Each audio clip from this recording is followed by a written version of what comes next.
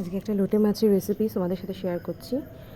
নুন হলুদ মাখিয়ে রাখা লোটে মাছ, আর কড়াইতে তেল দিয়েছি, তাতে পেঁয়াজ কুচি দিয়ে দিলাম বেশ অনেকটা পরিমাণে, দিয়ে ভাজা ভাজা করে ওর মধ্যে কিছুটা রসুন কুচি, আমি রসুন কুচি না, রসুনটা একটু থেতো করে নিয়েছি।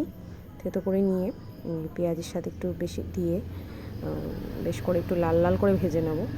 আর পেঁয়াজটা একটু বেশি পরিমাণেই দিতে হবে, দিয়ে একটু ভালো ভালো করে ভাজা করে নেবো। লোটে মাছের ঝুড়ি তো সকলেই খাই, এই রেসিপিটা বেশ ভালো লাগবে দেখো খেতে, আমার তো খুব ভালো লাগে।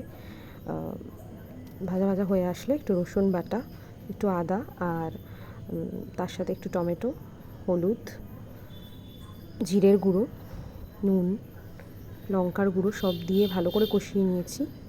কষিয়ে নেওয়ার পর মাছগুলো দিয়ে দেবো। লোটে মাছ খুব নরম হয়, তাই বেশি নাড়াচাড়া করা যাবে না, হালকা করে একটু মশলাটা গায়ে মাখিয়ে দেবো। দেওয়ার পর জল একদম দেবো না, আর ঢাকা না না দেওয়াই ভালো। ঢাকা একদম দেবে না, তো তাহলে মাছগুলো ভেঙে যাবে, জল বেরিয়ে আসবে অনেক। এভাবে দিয়ে আঁচটা একদম মিডিয়ামে বা লোতে করে দেবে, তারপরে শুকিয়ে গেলেই লোটে মাছ রেডি। আর